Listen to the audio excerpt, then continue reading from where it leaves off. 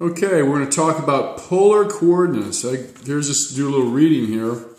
Polar graphs are plotted on a grid with a polar axis, usually the positive x-axis, and equal concentric circles. That means they share the same center, like so. This is our polar graph, and here's our center, okay? Here's the concentric circles. All these circles share the same center, okay?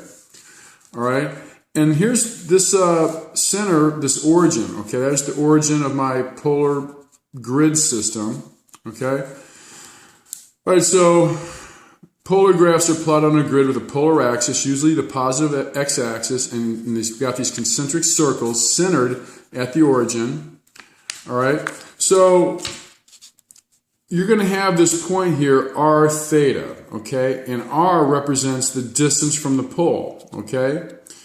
And theta represents the angle formed with the polar axis, okay? So let's take a look at this and see what this actually means. Stick into my tape here, sorry. All right. Here's I can't really fit this in. Let me just zoom this down, okay? All right, so this is what the polar grid looks like, and I've got a point plotted here.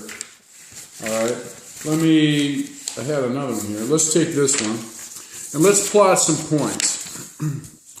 Let's plot, remember, r comma theta is kind of like our XY system, but what's kind of different is you find theta first and then plot your radius, the distance from the center. So let's do 3 comma pi thirds, r comma theta. So let's find pi thirds, pi 6, pi thirds, and then from here, 1, 2, 3. And there's that point, okay? All right, so that's point 3 comma pi thirds, okay? Now, I want to show you a little trick. Let's go negative 4 2 pi thirds, okay? Negative, here's my r comma theta. When you have a negative, it's going to go in the opposite direction of the angle. So again, we kind of go backwards, just find the angle first. So pi thirds, here's 2 pi thirds. Okay, 1, 2, 3, 4. That's what you would think, but here is the angle. Okay, there's my 2 pi thirds angle. But when you have a negative, you go in the opposite direction of the angle. Okay? So it's kind of like the absolute value, but in the opposite direction. So here's 1, 2, 3, 4. Okay? So that's negative 4 2 pi thirds. Now I want you to notice something. What makes this different than your normal Cartesian XY plane is I can name this point infinite different coordinates, okay? This point here can also be, see how it's 5 pi thirds? I can make that positive 4 5 pi thirds. There's my r theta, so find theta first. There's 5 pi thirds. And I come out 1, 2, 3, 4 in that direction, okay? So I label it 4 5 pi thirds is the same point as negative 4 2 pi thirds. So remember, when you have a negative, always start in the direction that the angle, find the angle, and then if it's negative, you go in the opposite direction. Okay, so here is negative 4. But these two are the same points. Okay, I hope you understand that, all right? So that's r theta. Do theta first, and then go r, the distance from the origin. All right. Here I was going to plot some points, but I've already done them. But here's point, all the way here is 2 pi thirds, and point 1, 2, 3, 4. Okay? So this is point 4, 2 pi thirds. And let's make this Cartesian. Let's go back to convert this to xy. All right? We know how to do this. Okay? So I've got this point. We're going to do what? Imagine this. We're going to make a triangle. Okay? All right? And we know what theta is. We can work in radians or degrees. Okay? All right? This is my y and this is my x. We've been doing that, right? And we know what this radius is. It's 4. Okay? All right? So my y value would be sine of theta, which we know, what's this reference angle? This is going to be, this is 2 pi thirds. This is pi thirds. We can work in degrees or radians, or that'd be 60 degrees. It's going to be opposite over hypotenuse, or y over 4, okay? Sine of pi over 3 equals y over 4, and then we multiply both sides by 4. Notice y equals 4 sine of 60, or pi thirds, okay? Or it's also r sine theta, right? That's your r sine theta.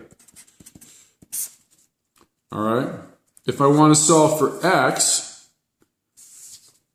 same type thing, right? This is my adjacent, x over r. Remember, I'm going to solve for my adjacent, and I've gotten the hypotenuse, right? I know theta, it's 60 degrees, or pi thirds, okay? 2 pi thirds is 120 degrees, okay? So, again, cosine of, I'll use degrees this time, 60 degrees equals my adjacent over hypotenuse, and I multiply both sides by 4, x equals 4 cosine theta, x equals r cosine theta, or in this case that was pi thirds, or 60 degrees. Remember this, x is r cosine theta, y is r sine theta. We will substitute in for these, okay, and when we're working in polar. But we've been doing this, all right? Now let's talk one more, let's go Cartesian, okay? Here's a case where I said, here's a Cartesian, you know, the xy graph. I've got -3, -4, which is down here. I connect my origin to the point. We draw our triangle. I know this is -3, this is -4. And lo and behold, we're going to solve for OP, the hypotenuse here, which is going to be -3 squared plus 4 squared equals c squared. Okay? This is 9 and 16. 25 equals c squared. We square root both sides. C equals 5. So here's my hypotenuse. All right? And all we have to do now is solve for theta. And we've done that a million times. I've got opposite, adjacent. I've solved for r. I can use any trig function I want. I can do inverse sine, cosine, or tan. Okay, but let's just use inverse tangent. Theta is going to be inverse tangent of opposite over adjacent, right? Tan of that theta, and that's theta hat, by the way. That's my reference angle for the reference triangle, equals opposite over adjacent equals -4 over -3. But when I do, remember, I never put in negatives. So let me make that. When I do reference angles, so let's just put 4 over 3. I know tangent is positive here because we have the same sign. But we'll get inverse tangent, okay, of inverse tangent of negative, yeah, I made that error here, so 1 second here, guys. So inverse tangent, theta equals inverse tangent of 4 over 3. And whatever that is, we're going to add it to 180 or pi. We can work in radians. And now we know my radius is 5, okay? And we just solve for theta. I don't have my calculator with me, but okay? So 180 plus that will be my theta, Okay, and we can work in radians and convert. All right, so that's pretty much it, guys. That's 10 minutes, but this is basically build a triangle, inverse tangent, get theta. I was in quadrant 3. We'll add 180. We figured out our radius. So we just went from Cartesian to polar. Okay, all right. There's your polar grid.